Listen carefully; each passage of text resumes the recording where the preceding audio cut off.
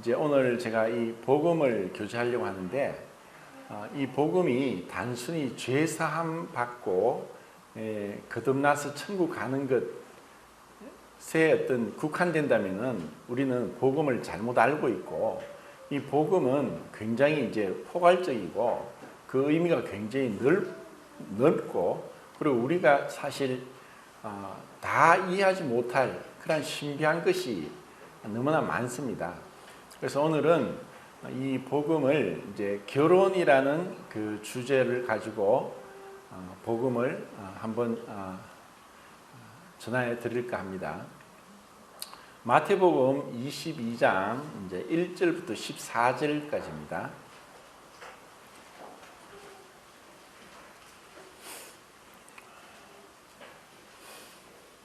(22장) 1절부터 14절까지 한 목소리로 같이 읽도록 하겠습니다. 22장 1절부터 14절까지 시작. 예수께서 다시 비유로 대답하여 이르시되 천국은 마치 자기 아들을 위하여 이 잔치를 베푼 어떤 임금과 같이 그 종들을 보내어 그 청한 사람들을 이 잔치에 몰아가더니 이를 싫어하거늘 다시 다른 종들을 보내며 이르되 청한 사람들에게 이르기를 내가 오찬을 준비하되 나의 소와 살찐 짐승을 잡고 모든 것을 갖추었으니 이 잔치에 어서 와라 하였더니 그들이 돌아보지도 않고 한 사람은 자기 밭으로 한 사람은 자기 사업하러 그 남은 자들이 그를 잡아 교육하고 있으니 임금이 노하여 군대를 보내어 그 살인한 자들을 진멸하고 그 성내를 불사르고 이에 종들에게 이르되 혼인 잔치는 지키려니와 청한 사람들은 합당하지 아니하니 내 거리 길에 가서 사람을 만나는 대로 혼인 잔치에 청하여 오라 하되 종들이 길에 나가 악한 자나 선한 자나 만나는 대로 모두 내려오니 혼인 잔치에 손님들이 가득한지라 임금이 손님들을 보러 들어올 때 거기서 예복을 입지 않은 한 사람을 보고 이르되 친구여 어찌하여 예복을 입지 않고 여기 들어왔느냐 하니 그가 아무 말도 못하거늘 임금이 선원들에게 말하되 그 손발을 묶어 각각 어두운 데에 내던지라 거기서 슬피 울며 이를 갈게 되리라 하니라. 사함을 받은 자는 많되 택함을 입은 자는 적으니라. 네, 이 예수님의 혼인잔치 비유를 통해서 이 복음이 무엇인가, 또 복음을 아직 깨닫지 못한 분들도 이 말씀을, 이 비유를 통해서 복음을 깨달을 수 있기를 바랍니다. 그래서 이 복음의 이 말씀을 이제 저는 이 앞에 칠판에 쓰인 대로 왕, 아들, 결혼, 예복, 이 네 가지 주제를 가지고 말씀을 드리겠습니다. 먼저는 이것을 말씀드리기 전에 그 옆에 천사 대 인간 이렇게 적었는데, 이걸 먼저 한번 이제 설명을 하고 말씀을 드리겠습니다. 천사와 인간의 차이점이 무엇일까? 많겠죠. 천사와 인간의 차이점. 우선은 이제 우리 기준에서 볼 때 천사는 우리 눈에 보이지 않습니다. 근데 천사를 본 사람이 있을까요? 성경에 보면 천사를 본 사람이 있어요. 그런데 그 천사가 우리 눈에 보이지 않지만 천사의 능력인지 하나님께서 그렇게 하시는지 때때로 우리 인간의 눈으로 천사를 보게 할 수도 있다는 것을 우리는 성경을 통해 알 수 있습니다. 그러면은 우리 눈에 보이지 않는 것은 그 존재 자체가 우리 인간과 다르다는 것입니다. 이것은 마치 우리 인간이 흔히 인간을 어떻게 구분을 하느냐, 인간의 존재의 본질이 뭐냐 이렇게 얘기할 때 인간은 육체가 있고 영혼이 있다 그렇게 얘기를 하죠. 근데 이제 성경적으로 얘기하면 데살로니가전서 5장에 보면은 인간에게 육체가 있고 혼이 있고 영이 있다. 그래서 body, soul, spirit 이렇게 영어로 나오고 원어로도 소마, 퍼시케, 퍼뉴마 이렇게 이제 분명히 육, 혼, 영 이렇게 구분이 되어 있습니다. 근데 사실 이것을 혼과 영을 우리가 구분한다는 것은 쉽지 않습니다. 그래서 좀 더 이제 우리가 이해하기 쉽게 이제 설명하면은 혼은 하나님이 우리에게 주신 지정의, 지성과 감성과 의지의 기능을 하는 것이 혼이고, 영은 하나님, 영이신 하나님과 교제하는, 할 수 있는 그런 기간, 그런 것이 이제 영이다라고 이제 얘기할 수 있습니다. 근데 이제 천사와 인간의 차이는, 천사가 영이지만 우리 인간과 다른 점은 육체가 없다는 것입니다. 그러면 그 천사에 비해서 인간은 육체가 있대 천사와 동일한 영적인 본질이 우리 인간에게 있다는 것입니다. 근데 우리가 그 의학적으로 어떤 물질적으로 어떤 방법을 통해서도 우리 몸에 있는 혼과 영을 볼 수 없습니다. 관찰할 수 없습니다. 우리가 감지할 수 없습니다. 그런데 이것이 분명히 있다는 것이죠. 흔히 뭐 그 혼이 어디 있느냐, 마음이 어디 있느냐, 양심이 어디 있느냐, 우리의 뭐 가슴에 있다, 심장에 있다, 뇌에 있다, 이렇게 말은 할 수 있지만 이것은 영적인, 그러니까 이 4차원의 존재이기 때문에 이 3차원이 우리 인간으로서는 그 어떤 있는 장소, 그리고 어떤 모양, 뭐 색깔, 이런 걸 전혀 모른다는 것입니다.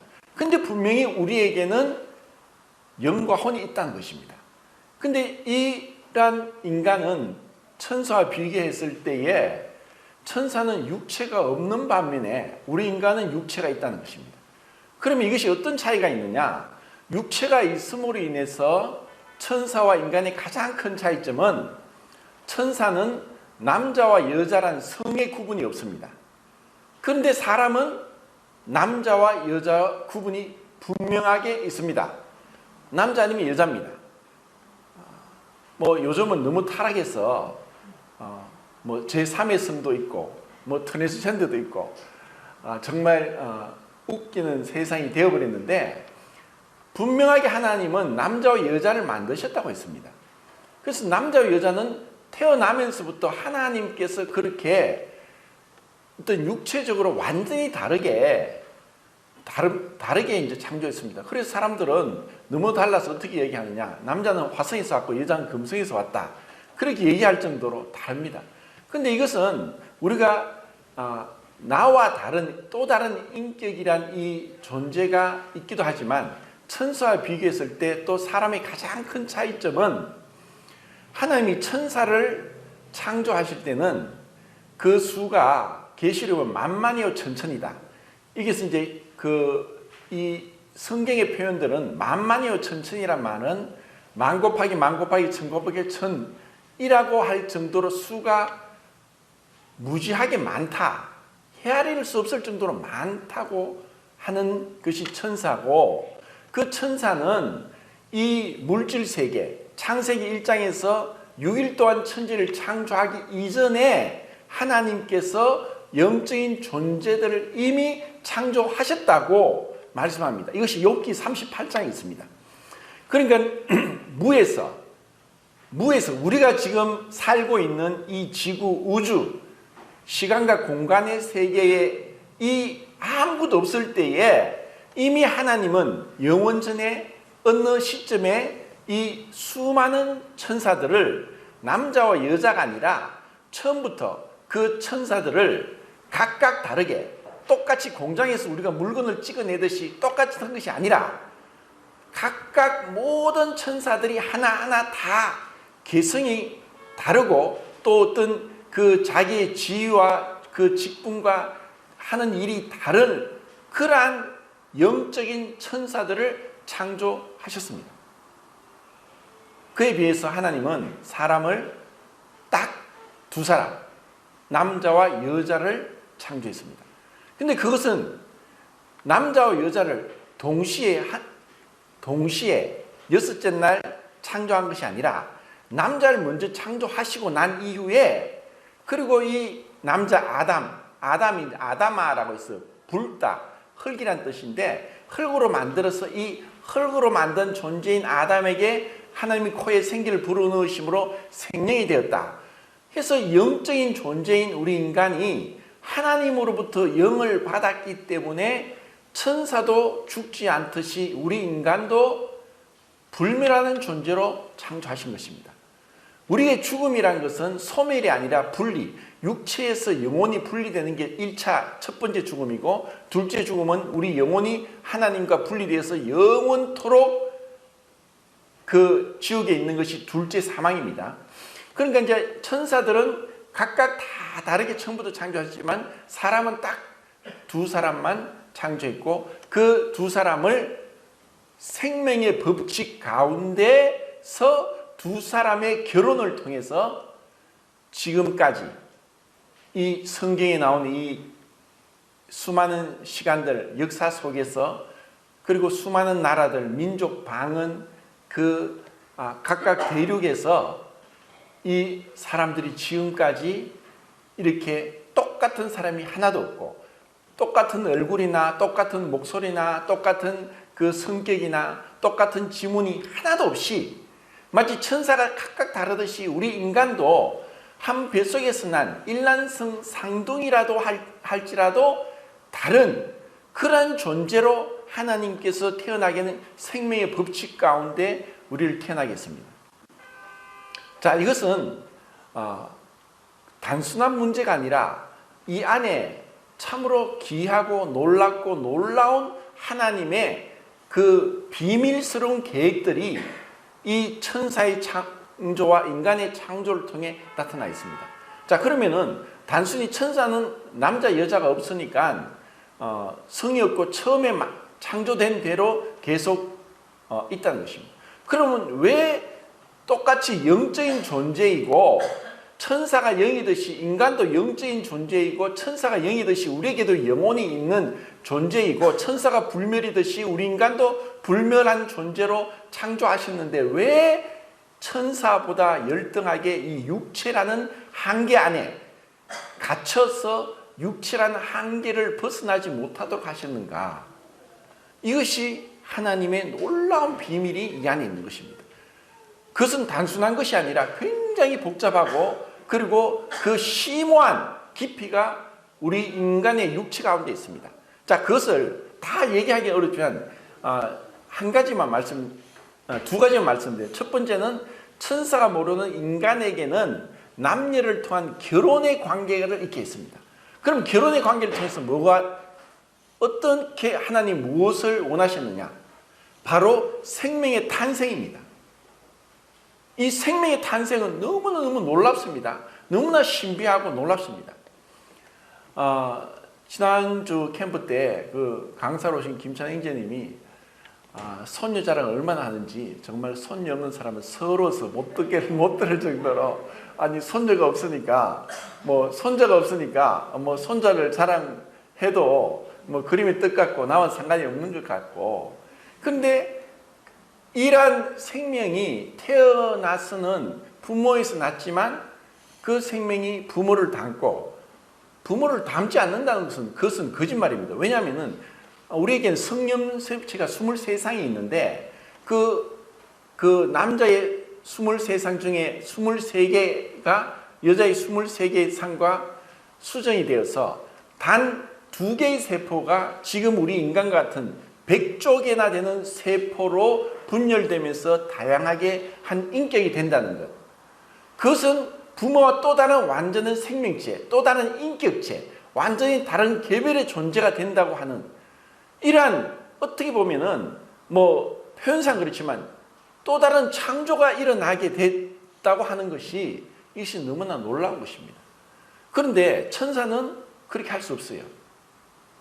그러면은 이런 천사가 볼 때 우리 인간은 마치 우리 사람이 저 땅에 있는, 비가 오면 요즘은 어릴 때는 제가 말했죠. 지렁이가, 비만 오면 지렁이가 나와요. 그래서 작은 지렁이도 진짜 큰 지렁이도 있고, 그런 게 이제 어릴 때 비가 오면은 지렁이가 생각나는데, 우리 인간이 지렁이 볼 때 땅에서 그냥 땅을 파고 흙을 먹고 그 땅 속으로 기어 들어가가 밑에서 집을 짓고 그렇게 사는 지렁이처럼 천사가 우리 인간을 볼 때 그렇게 열등하다는 거예요. 그건 우리가 지금은 잘 모르는데 천국 가면은 내 육체 이 땅에 속한 육체를 벗고 신령한 부활의 몸을 입었을 때는 그때는 알게 될 겁니다. 이야, 얼마나 이거는 비교할 수 없는, 하늘이 땅보다 높음 같이 비교할 수 없는 이러한 존재가 되겠구나. 그러면 왜 하나님께서 우리 인간을 이런 육체 가운데 일시적으로나마 인생의 연수가 70이고 강건은 80이라도 요즘은 그래도 뭐 100세를 살고 그렇게 얘기를 하지만 이 육체는 늙고 병들고 점점점 낡아지고 쇠퇴하고 그리고 이 아픔의 고통이 있다는 것을 피할 수 없습니다. 그래서 나이가 들수록 늘어나는 것은 주름과 뱃살과 약입니다. 점점 나이 들수록 이 육체는 점점 쇠퇴한다는 거예요. 그러면 이런 육체를 왜 하나님이 이런 연약한 육체를 주셨느냐? 그것이 우리에게는 하나의 큰 제약인 것 같지만 그것은 우리에게는 축복입니다. 왜냐? 천사들은 수많은 천사를 창조했지만 어쩌면 우리 인간의 영혼과 똑같은 존재고 자유의지를 가지고 있고 그리고 감각이 있고 그리고 날개도 있고 날개가 없는 천사도 있고 날개가 6개인 천사도 있고 4개인 천사도 있고 그런 어떤 천사들이 하나님의 그 명령을 수행하고 하는데 그들 가운데 타락이 있었고 그들이 범죄함으로 인해서 마귀가 되었는데 그들은 더 이상 구원받을 길이 전혀 없다는 것입니다. 그들은 구원의 기회가 없습니다. 구원받을 기회가 없습니다. 그럼 우리는 왜 구원을 받을 기회가 있느냐? 육체가 있기 때문에.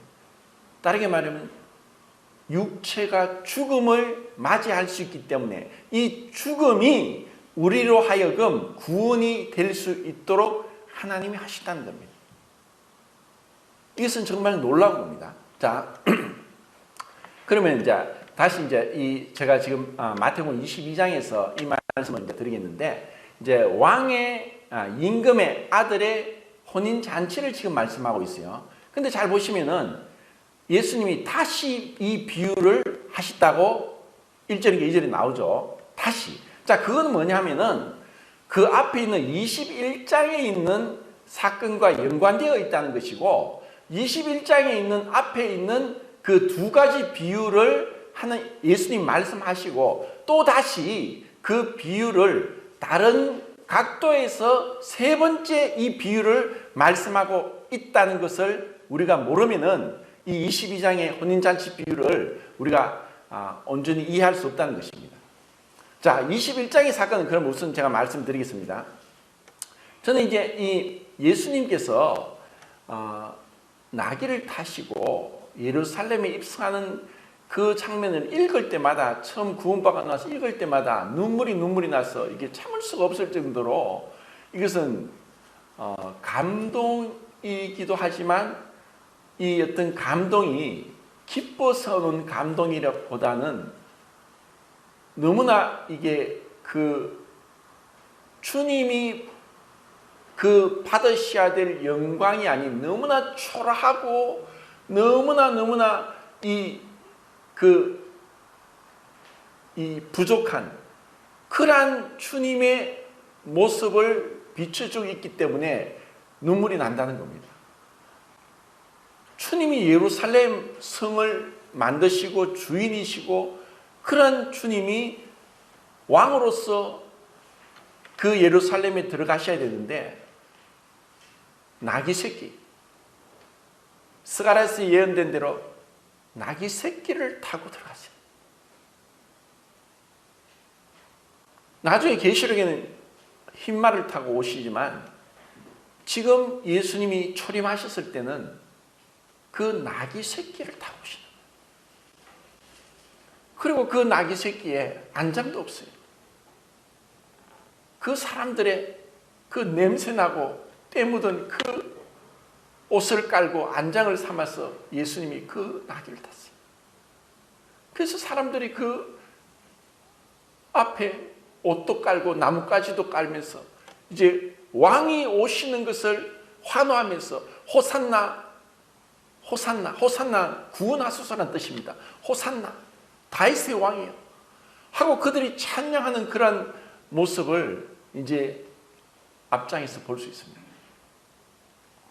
그런데 예수님이 예루살렘에 들어오셔서 무엇을 하셨습니까?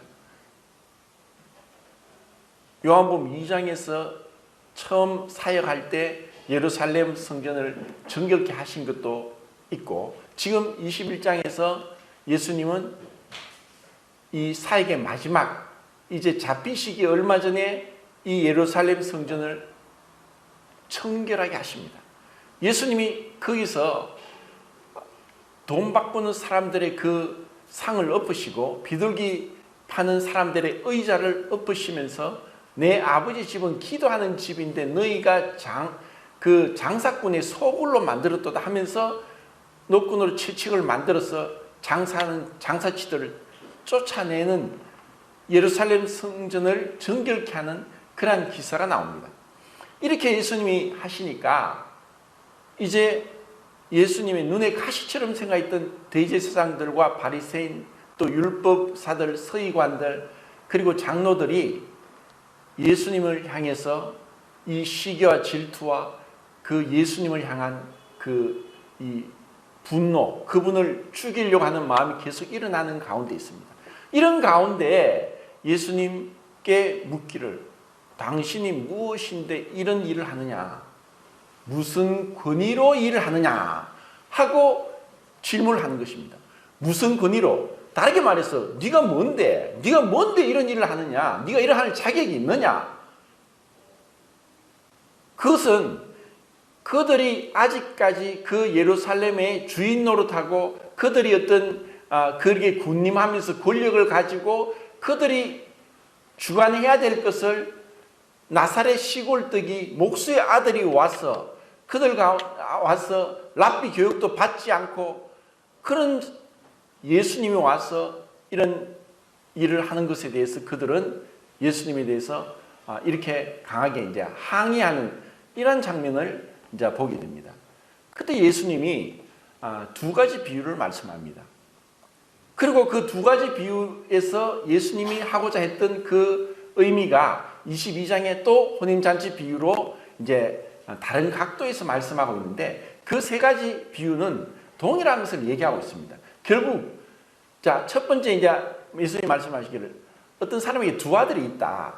두 아들이 있는데 그 아버지가 첫째 아들에게 뭔가를 명령을 했는데 첫째 아들은 못하겠습니다 하고 딱 불순종했어요. 둘째 아들한테도 시키니까 나도 못하겠어요 하고 불순종했어요. 그런데 둘째 아들은 나중에 돌이키고 하고 아버지 말씀에 순종했다는 너무나 단순한 그런 비유를 말씀하시면서 너희들이 보다도 오히려 세리와 창녀들이 먼저 하나님 나라에 들어갈 것이라는 말씀합니다. 결국 첫째 아들은 그들이 지금 유대 종교 지도자들로 있는 그 지도자들, 권력을 잡고 있는 그들을 말했고, 둘째 아들은 너희들이 그렇게 첨대시하고 그들을 멸시하고 그들을 죄인이라고 손가락질하고 너희들과 다른 부류의 사람이라고 그들을 지배하고 억압하고 다스림을 받는 그 세리와 창기들이 먼저 하나님 나라에 들어갈 것이라는 이런 말씀을 하신 거예요. 그리고 두 번째 말씀하시기를 포도원 비유를 말씀합니다. 어떤 사람이 포도원을 가지고 있는데 포도원을 모든 걸 준비를 다 해놓고 그 포도원에 사람들을 일꾼을 데려와서 포도원에 일을 하도록 시켰습니다. 그리고 나서 나중에 종을 보내가지고 그 종들에게 포도원 일꾼들에게 가서 일하고 난 그 소출을 가지고 오라고 시켰는데, 포도원에 일하는 사람들이 그 주인이 보낸 종을 때리고 돌로 치고 죽였습니다. 그래서 나중에 주인이 다시 내 아들을 보내면은 이 아들은 공경하겠지 하고 보냈는데 아들도 죽였습니다. 그러면은 이 포도원 주인이 그 포도원 품꾼들을 어떻게 하겠느냐라는 비유를 말씀하시는 거예요. 자, 이것은 동일하게 명백하게 예수님께서 지금 말씀하시는 것은 너무나 우리 인간에게 있어서 가장 근본되는 문제를 우리에게 질문하시고 생각하게 하시고 우리의 마음에 이것을 비유를 던진 겁니다. 이러한 것이 22장의 혼인잔치 비유에서 아니 왕이 아들을 혼인잔치에 사람들을 불러 모았는데 예복을 입고 오지 않았다는 이유로 그를 갖다가 때리고 진멸해가 쫓아낸다는 것이 좀 너무하지 않습니까? 이건 독재지 않습니까? 왜 옷을 입지 않을 수도 있는데 그럴 수 있습니까? 이렇게 얘기한다는 거죠. 그런데 이 앞에 두 가지 비유를 가지고 22장의 혼인잔치 비유를 볼 때 이 왕의 혼인잔치는 내가 가도 되고 안 가도 되는 것. 처음에 그 종들을 불러서 왕의 아들의 혼인잔치에 사람을 초대하는데 나는 싫다. 가기 싫다. 왜? 내 밭을 샀는데 밭에 가봐야 되고 또 장사를 하고 있기 때문에 장사하러 가야 된다. 사업하러 가야 된다. 각자 그들에게는 그들의 임무가 있고 할 일이 있는데 그것을 하는 사람, 싫어하는 사람들, 그리고 또 선한 자나 악한 자나 다 불러와서 왕의 아들의 혼인잔치에 참여하게 했는데 선한 자도 악한 자도 왔는데 단지 그 왕이 보는 것은 예복을 입지 않았다는 그 이유만으로 그 예복을 입지 않은 자를 뚫게 패고 쫓아내고 그렇게 벌을 주는 것이 이거는 독재고 너무한 것이 아닌가라고 만약에 앞에 두 비유를 우리가 생각지 않으면 그렇게 생각할 수 있다는 것입니다. 근데 이 예수님이 다시 이 비유를 했다는 것은 첫 번째 그 21장의 두 가지 이 두 아들 비유와 그리고 포도원 비유를 똑같이 지금 세 번째 비유, 혼인잔치 비유에서 말씀하고자 하는 것은 첫 번째는 그분의 주 대심, 그분의 왕 대심, 다르게 말하면 그분이 주인이고 창조주 하나님이라는 권위에 대해서 그들로 하여금 깨닫게 하는 것입니다. 이것을 누구에게? 그 바리새인들에게. 그들은 심한 착각을 하고 있습니다. 나는 일에 2번씩 금식하고 모든 율법을 지키고 있고 그리고 이 성경을 이 공부를 해서 이 성경에 대해서는 유대인의 왕이 어디서 났냐?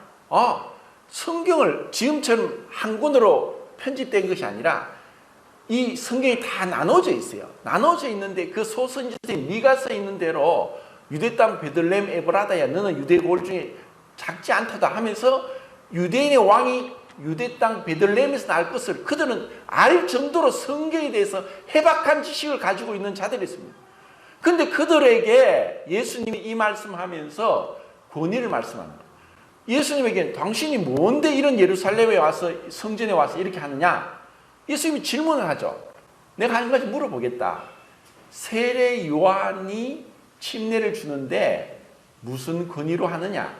그것이 왜 세례 요한이 그 권위가 누구에게서 났느냐 하고 질문을 한 거죠. 그러니까 그들이 대답을 못했어요. 왜냐?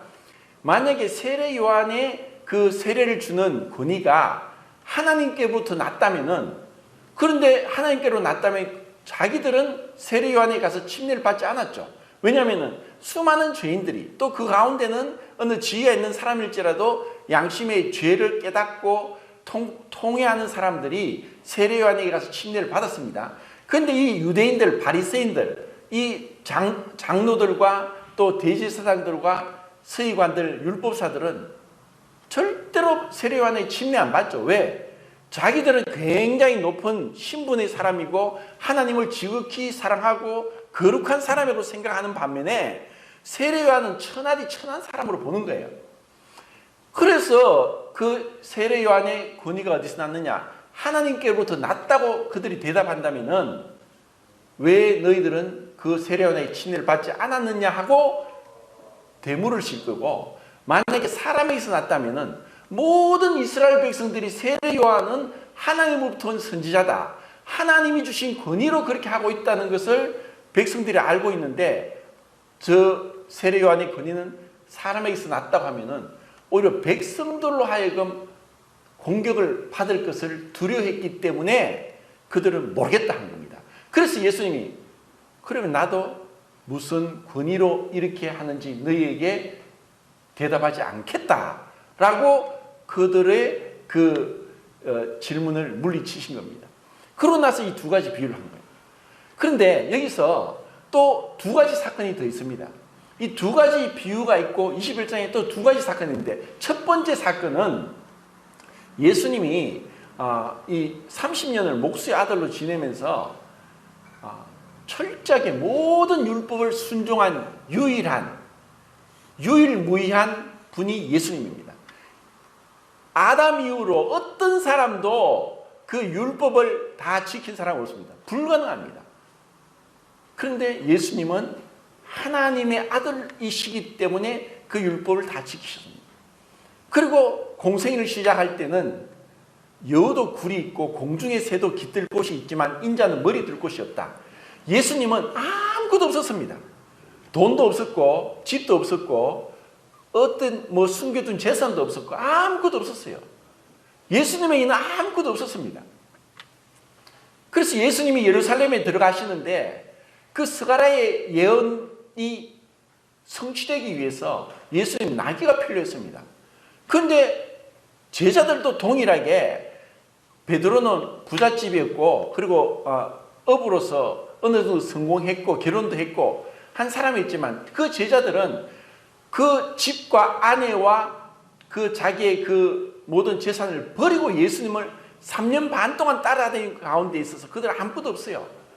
그래서 그들이 예수님을 위해서 예수님이 왕이시고 정말 가장 크고 가장 건강하고 아름답고 용맹한 말을 타고 예루살렘에 들어가셔야 될 그 예수님을 위해서 그들은 말은커녕 나귀조차 준비할 돈이 없던 거예요. 그래서 예수님이 두 제자를 보내서 저기 건너편 마을에 가라. 지금 감람산 벳박의 부근에 오셔서 예수님이 그 마을에 가면은 나귀가 매여 있는 걸 볼 것인데 예수님은 그곳에 가지 않고 공간을 초월해서 예수님을 앉히는 거예요. 나귀를 풀어오너라. 그런데 혹시나 왜 그걸 푸느냐 하면은 예수님 뭐라고 하셨습니까? 주가 서시겠다. 주인이 누굽니까? 예수님이 주인이에요. 예수님이 그 나귀의 주인이에요. 그 예수님이 나귀의 주인이고 그 말 못하는 나귀도 그 창조주 하나님께 순종해서 그 나귀가 그 영광의 주님을 등에 태우고 예루살렘에 들어간 거예요. 이 얼마나 놀라운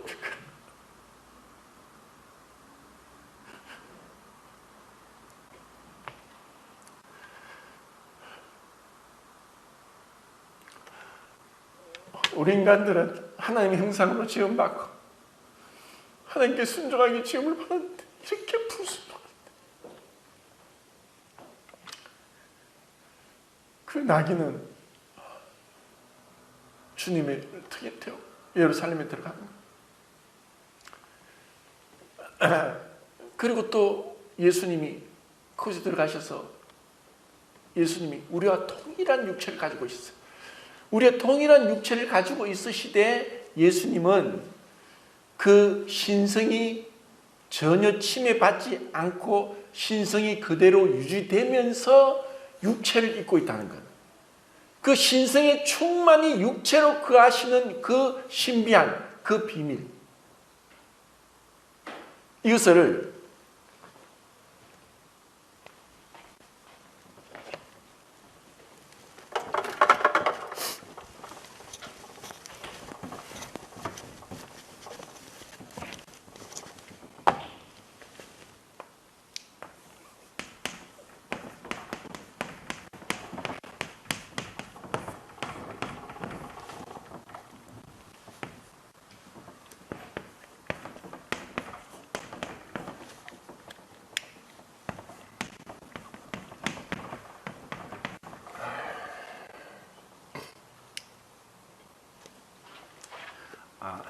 세 가지인데 한 가지가 더 있는데 존 오웬이 이야기하기를 영원하신 분이 순간을 가운데 들어오시고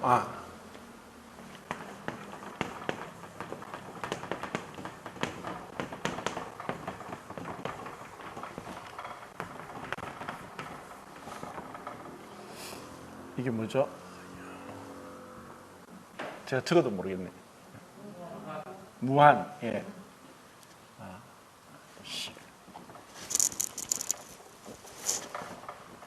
시간. 자. 예수님은 영원하신 분이 시간 속의 순간 가운데 들어오셨고 무한하신 분이 유한한 존재가 되셨고 불멸의 존재가 죽음을 맛보는 소멸하는 육체를 갖고 오신 것입니다. 이것이 예수님의 성육신입니다. 자, 이것은 우리의 이성으로는 풀 수 없고 다 이해할 수 없어요. 어떻게 영원하신 분이 순간 가운데 오실 수 있고 그러면서도 영원한 존재로 나는 아브라함이 나기 전부터 있느니라. 아브라함이 나기 전부터 있느니라 라고 말씀하실 수 있었던 거예요.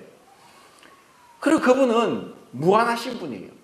어디에나 계신 분이고 이것을 무소부재하시고 편재하시고 옴니프레전스 어디에나 계신 분인데 그분은 육체의 한계를 가지고 유한한 공간의 육체로 사신 겁니다. 그분이 하나님은 죽으실 수 없는 분이에요. 디모데전서 6장 15, 16절에 하나님은 죽으실 수 없다. 죽으실 수 없고 가까이 가지 못할 빛에 거하시고 아무 사람도 보지 못하고 볼 수 없는 자시니 그분은 죽을 수 없는 분이에요. 그분은 영원하신 분이에요. 시간을 초월해 계시고 그냥 시간이 천년 만년 그렇게 사시는 것이 아니라 시간을 벗어나서 영원 항상 현재인 가운데 사는 그분이 그 소멸하는 육체를 입고 연약한 가운데 오신 거예요. 그래서 예수님이 배고프신 거예요. 그래서 무화과나무에 갔어요. 근데 무화과나무는 유일하게 모든 열매는 꽃이 피고 꽃이 떨어지면서 열매가 자랍니다. 근데 무화과는 꽃이 없이 열매가 맺히는 그래서 무화과예요. 근데 그 무화과나무에 가니까 무화과가 열리지 않았어요. 예수님 뭐라고 하십니까? 네가 영원토록 열매를 맺지 못할 것이라고 말씀하셨는데 곧 무화과가 말라 죽었어요. 여기서 주님이 이 두 가지 사건과 두 가지 비유를 통해서 이 유대인들, 바리새인들에게 하고자 하신 말씀은 내가 창조주다. 창조주. 내가 하나님이다. 내가 만물의 주인이다. 그것을 말씀하고 있는데 이들은 깨닫지 못한 거예요. 자, 이런 관점에서 이 혼인잔치의 비유를 우리는 봐야 되고 그리고 여기서 왕의 아들의 혼인잔치에 사람들을 초대하는데 사람들이 싫어하는 거예요. 가기 싫어해요. 이 복음을 들으라고 복음을 전하고 해도 사람들은 본성상 싫어합니다. 관심이 없어요. 그건 무슨 상관인데 왕의 아들과 나 무슨 상관인데. 자, 이것은 성경에서 처음에 시작 말씀하시고 마지막에도 말씀하시는 게 뭐냐? 결혼입니다. 창세기 2장에서 남자와 여자를 만드시고 결혼하게 하셨는데 계시록 19장에서 어린 양의 혼인잔치가 나오는 거예요. 자, 그러면은 이 땅에서 인간이 갖게 되는 그 결혼은 뭐냐? 어쩌면 개별적인 독립적인 이 나라는 한 주체, 나만의 독특성, 나만의 개성이 있는 인격이 살아가면서 수많은 사람들 살아가면서 가장 가깝게 친밀하게 사랑하고 또 친교를 나누고 아껴주고 소중히 하고 있는 그런 관계가 되는 것이 이 결혼인 거예요. 그런데 이 결혼이 우리 인간의 죄성이 있고 육체의 한계가 있고 이 너무나 타락해서 이 하나님이 주신 이 아름다운 이 관계 전도서 9장 9절에 있는 말씀대로 네가 이 헛된 평생의 날에 사랑하는 아내와 함께 행복하게 살지어다. 이 헛된 평생의 날에 결혼을 하지만 사람들이 이 결혼의 진정한 의미를 모르고 육체적인 결합은 잠시 있을지라도 정신적으로 정서적으로 완전히 분리되어서 동상이몽을 하면서 진정한 연합의 의미를 모르는 거예요. 하나님이 우리에게 이 결혼을 이 땅에서 이 결혼을 한 것은 하나님이 원하는 거예요. 연합인 거고 그 연합은 뗄래야 뗄 수 없는 삼위일체 하나님이 서로의 그 위격 가운데서 다르지만 분리되지 않고 연합되어서 서로에게 다이나믹한 어떤 댄스, 춤을 추듯이 서로를 향한 사랑과 존중과 그 기쁨이 충만하게 넘쳐나는 것이 바로 삼위일체 하나님의 그 관계라는 거예요. 그 관계로 우리를 초대하는 것이 그것이 창조의 목적이고 그것이 바로 이 남자 여자의 결혼을 통해서 결국은 한 그림자로 보여주는 거예요. 그러니까 이사야서 54장이나 호세아서 2장에서 나는 네 남편이다. 내가 네게 장가들겠다. 에베소서 5장 23절과 32절에 그리스도와 교회 남편과 아내, 남편아 아내를 사랑하기를 그리스도께서 교회를 위해 자기 목숨을 버리신 같이 하고 아내들아 남편에게 순종하듯이 교회가 그리스도께서 순종하듯이 하라. 이 비밀이 크도다. 내가 그리스도와 교회에 대해 말하노라. 에베소서 5장에서 가정에 대한 그 법, 남편과 아내에 대한 그 사랑의 법을 말하면서 이것은 그림자고 진짜는 뭐냐? 이것은 바로 그리스도와 교회, 그 교회가 그리스도와 연합되고 한 몸이 되고 한 몸이라는 것은 뗄래야 뗄 수 없는 가장 가깝고 친밀하고 하나가 되는 그것을 위해서 우리를 구원하셨고 그 구원의 그 범위가 결혼의 범위가 단순히 남녀가 아니라 그것이 바로 교회고 교회가 바로 성도고 이 몸의 지체들 우리라는 겁니다. 이거를 우리가 깨닫고 눈을 뜨고 이것을 보게 될 때 교회가 얼마나 소중하며 성도가 얼마나 존귀하고 비록 내 눈에 볼 때는 부족함이 많죠. 남을 보기 전에 자기를 보면 돼요. 부족함 투성이고 연약하고 보잘것없고 무지하고 지질에도 고집스럽고 집밖에 모르고 배려할 줄 모르고 존중할 줄 모르고 이런 인간, 이런 정말 하나같이 쓸데없는 이런 인간인데 이런 자를 주님이 사랑하십니다. 이런 자들을 위해서 그 영혼 가운데서 순간에 오셨고 그 무한하신 분이 유한을 입으시고 불멸의 존재가 이 연약한 육체를 갖고 오신 거예요. 우리와 진정한 연합 가운데 들어가기 위해서. 이게 얼마나 놀라운 겁니까? 이 비밀의 신비를 어찌 다 풀 수 있어요? 그런데 이러한 것이 참된 복음의 비밀인데 이 복음이 단순히 예수님이 우리를 구원하시고 구원을 주시고 제사함 주시고 거듭나게 하셔서 천국 가게 하셔서 천국에서 죽지 않고 늙지 않고 병들지 않고 죄도 없이 그곳에서 영원토록 영생 복락을 누리기만 하는 그러한 구원을 주시는 분으로만 우리가 듣고 믿고 한다면은 그것은 올바른 복음이 아닙니다. 복음은 정말 이렇게 초대교회 때도 그랬고 그래서 요한계시록 3장 20절에서 예수님이 말씀하시는 거예요. 볼지어다 내가 문 밖에 서서 두드리노니 누구든지 내 음성을 듣고 문을 열면 내가 그에게로 들어가 그로 더불어 먹고 그는 나로 더불어 먹으리라. 주님이 원하시는 것은 우리의 모든 삶 가운데 함께 하기를 원하는 거예요. 함께 하면 기쁨이 배가 되고 함께 하면은 그 슬픔이 반으로 줄어든다. 그런 말도 하잖아요. 우리는 그렇게 주님과의 완전한 연합 가운데 들어가듯이 그리고 그것을 교회 성도들 가운데서 이 천국을 맛보고 누리면서 한 몸에 지치된 것을 배우도록 하기 위해서 우리를 구원하신 거예요.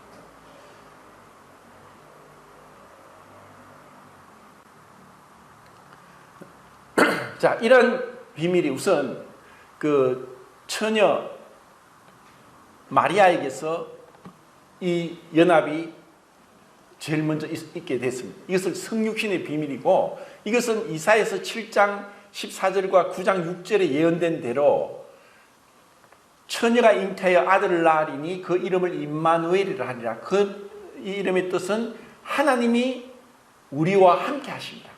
자, 하나님이 원하는 것은 우리가 함께 하길 원하는 거예요. 자, 결혼을 왜 합니까? 너무 사랑하니까, 보고 싶으니까 우리가 각자 집에 살지 말고 집 하나에서 살자. 결혼 아닙니까? 그것은 인간이 또 그렇게 하듯이 하나님이 우리와 결혼하길 원하는 거예요. 내가 네 남편이다. 내가 네게 장가 되길 원한다. 주님이 우리와 이렇게 연합해서 하나님이 우리와 함께한다. 그러면서 이사야 9장 6절에 한 아기가 우리에게 낳았다. 그 이름을 5가지인가 얘기하죠. 기묘자다.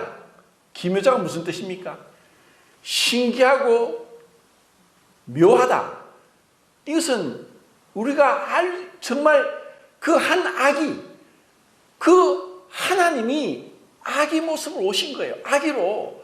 기묘자다, 모사다. 이 카운셀러. 정말 우리를 도와주시고 함께 하시고 우리를 위로하시고 강건케 하시고 우리를 기운을 북돋게 하시고 우리를 새롭게 하시는 그 카운셀러, 모사가라는 거예요. 그리고 그분이 전능하신 하나님이다. 영존하신 아버지다. 평강의 왕이다 라고 그 예수님의 이름을 얘기하는 거예요. 전능하신 하나님이 아기로 오셨어요.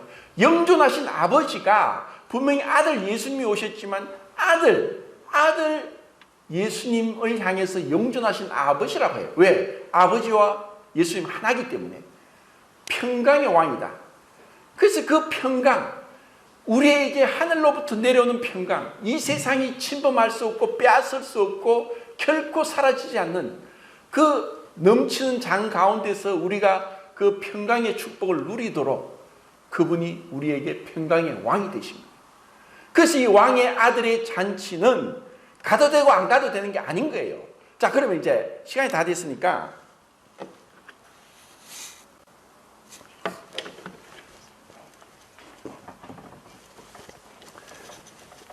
복음에 있어서 정말 중요한 것은 우리 인간의 육체와도 똑같은데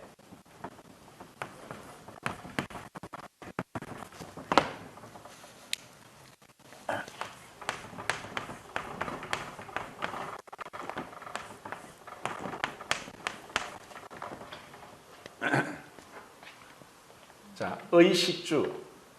자, 이게 뭐죠? 의는 옷이고 식은 밥식자죠. 주는 집주자입니다. 거주할 주.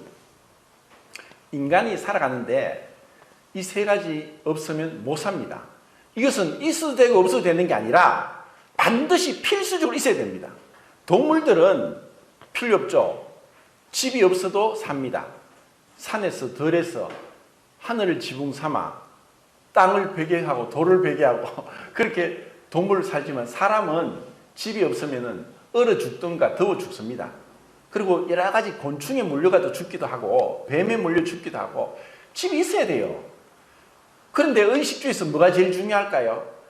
저는 생각할 때 식의주로 해야 되지 왜 의식주로 했을까? 먹는 게 더 중요하다고 생각합니다. 아니 먹지 않고 사람의 수고는 다 입을 위함이나 그 수고는 그 식욕은 차지 아니하느니라. 전도서 6장 7절인가 나오죠. 우리의 수고는 다 이 배를 채우기 위함인데 그 식욕은 차지 않아요. 우리에게 먹는 즐거움이 없어 봐요. 무슨 재미로 살겠습니까? 그런데 왜 식이 먼저가 아니고 의가 먼저고 옷이 먼저일까요? 자, 그러면 쉽게 얘기해서 의가 제일 먼저다. 아무리 내가 배가 고파도 배가 고픈데 밥 먹는 걸 먼저 택하겠습니까? 아니면 여기서 성도들 앞에서 뻘거벗고 있는 것을 택하겠습니까? 우리가 뻘거벗고 있는다는 것은 그것은 엄청난 수치예요. 그러니까 최초의 아담과 여자가 죄를 범했을 때 무화과 나무 잎으로 가리기 바빴죠. 우리 인간은 그래요. 우리는 수치를 가리려고 하고 우리는 수치스러운 자고 냄새나는 자고 불길한 자예요. 그래서 우리는 가능하면 남에게 그런 나의 수치를, 부끄러움을, 부족함을, 연약함을 보이지 않으려고 하고 그런 것을 침해받으면 독사의 독처럼 공격을 하고 대드는 거예요. 이게 죄인 거예요. 왜 부끄러워합니까? 죄가 들어왔으니까. 죄 때문에 우리는 옷을 입는 거예요. 다만 멋을 부리고 추워서 그게 아니라 죄인이라는 명백한 증거가 옷을 입는 거예요. 동물은 옷 입지 않습니다. 근데 우리는 옷을 입는 거예요. 그래서 옷은 성경에서도 옷 얘기가 처음부터 창세기부터 계시록까지 옷 얘기가 나와요. 인간이 만든 처음에 최초의 옷은 무화과 나무 잎이죠. 그건 인간이 만들었어요. 그런데 하나님이 옷을 만들어 주셨어요. 가죽 옷을. 하나님이 옷을 만들어 주신 거예요. 지난번에 그 집 나간 탕자 얘기를 비유를 말씀을 드렸는데 아버지가 그 탕자가 아버지 재산을 다 가져가 허랑방탕에 다 쓰고 빈털들이 알거지가 돼가지고 돌아올 때에 아버지 나는 도저히 아버지 아들로 감당할 수 없습니다. 아버지 집에 종으로 나를 여겨주시고 품꾼으로 여겨주세요 하고 갑니다. 근데 아버지가 뭘 합니까? 옷을 내어서 아들에게 입히는 거예요. 하나님이 그 아버지가 우리에게 옷을 입히는 거예요. 그래서 옷은 뭐냐? 옷은 우리의 신분에 맞는, 하나님이 우리와 교제하고 그 신분에 맞는, 걸맞는 그것이 바로 옷이고, 우리 인간도 이 옷이 참 중요합니다. 어떤 결혼하는데 예식장에서 그냥 핫바지 차림으로 신랑이 간다든가 신부가 드레스를 입지 않고 가면 무슨 결혼식이 되겠습니까? 자, 유대인들에게 이 결혼식이나 일주일을 계속 하는데 제가 말씀을 줄이겠습니다. 옷은 이 예식장에서 예식을 주관하는 사람이 옷을 준비해서 오는 사람에게 옷을 입힙니다. 그런데 지금 22장에서 이 혼인잔치 비유에서 처음에 초청했던 자들이 다 거절하고 오지 않았을 때 다시 종들을 보내서 세상의 죄인들, 눈먼 자, 다리 저는 자, 병신들, 선한 자, 악한 자 다 불렀습니다. 그래서 혼인잔치에 그 사람이 찼어요. 그런데 선한 자도 왔고 악한 자도 왔는데 그 혼인잔치에서 선한 자, 악한 자를 구분하는 게 아니라 예복을 입었느냐 입지 않았느냐로 구분하는 거예요. 그 혼인잔치에서는 선하고 악하고를 구분하는 게 아닌 거예요. 우리는 어떻게 보면 다 악한 자예요. 50보 100보예요. 난 니보다 낫다. 웃기지 마세요. 하나님 앞에는 다 죄인이에요. 근데 우리가 하나님 앞에 그 잔치에 참여하는 그 잔치의 그 많은 것을 그냥 이 권위에 대해서 말씀하기 위해서 이 비유를 말씀하셨는데, 하나님이 우리를 부르신 것은 그 아들을, 그 창조주 하나님 예수 그리스도, 전능하신 하나님, 영존하신 아버지, 평강의 왕을 우리의 남편으로 삼고 우리가 그 신부가 되기 위해서 우리를 부르신 거예요.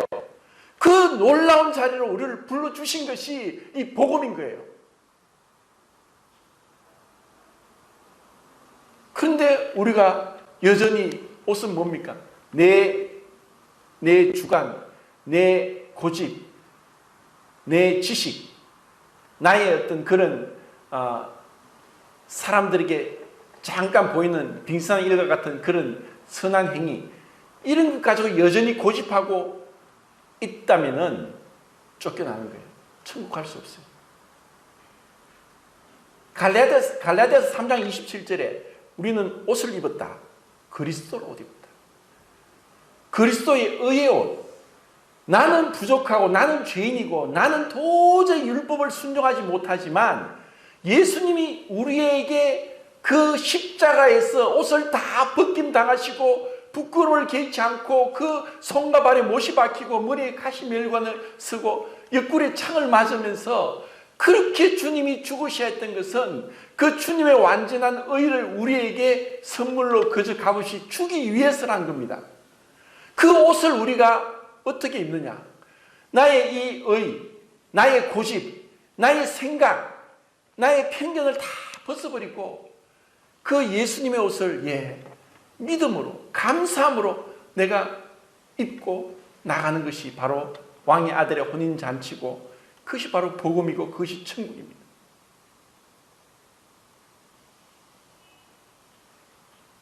이것은, 옷을 벗고 입는 것은 너무나 쉬운 겁니다. 이건 가르쳐줄 필요가 없어요. 본능적으로 아는 거예요. 복음은 이렇게 쉬운 거예요. 예수님의 의의 옷을 입는 거예요. 그이는 선한 자나 악한 자 구분이 없어요. 예수님의 의로 옷 입었느냐, 예수님의 옷을 입지 않았느냐, 그 차이인 거예요. 이것이 바로 청함을 받은 자와 택함을 받은 자의 차이입니다. 많은 사람들이 교회로 왔고 예수를 믿는다고 하지만 청함을 받고 왔습니다. 그럼 택함을 받은 자는 누구냐? 예, 나는 죄인입니다. 나는 부끄러운 자고 냄새나는 자고, 나는 도저히 하나님 앞에 불순종하는 자고 나갈 수 없는 자입니다. 그때 우리는 예수님의 의의 옷을 믿음으로 입고 그분 앞에 나가는 거예요. 그리고 이제는 나는 당당히 주님을 향해서 나의 신랑, 나의 사랑하는 것, 나의 모든 것, 나의 주인, 나의 완전한 분이 바로 당신입니다. 나는 당신의 그 완전한 품 안에 안기고 당신의 그 날개 아래 숨고 그 안에서 보호받기를 원합니다. 이렇게 주님 앞에 나오시길 바랍니다.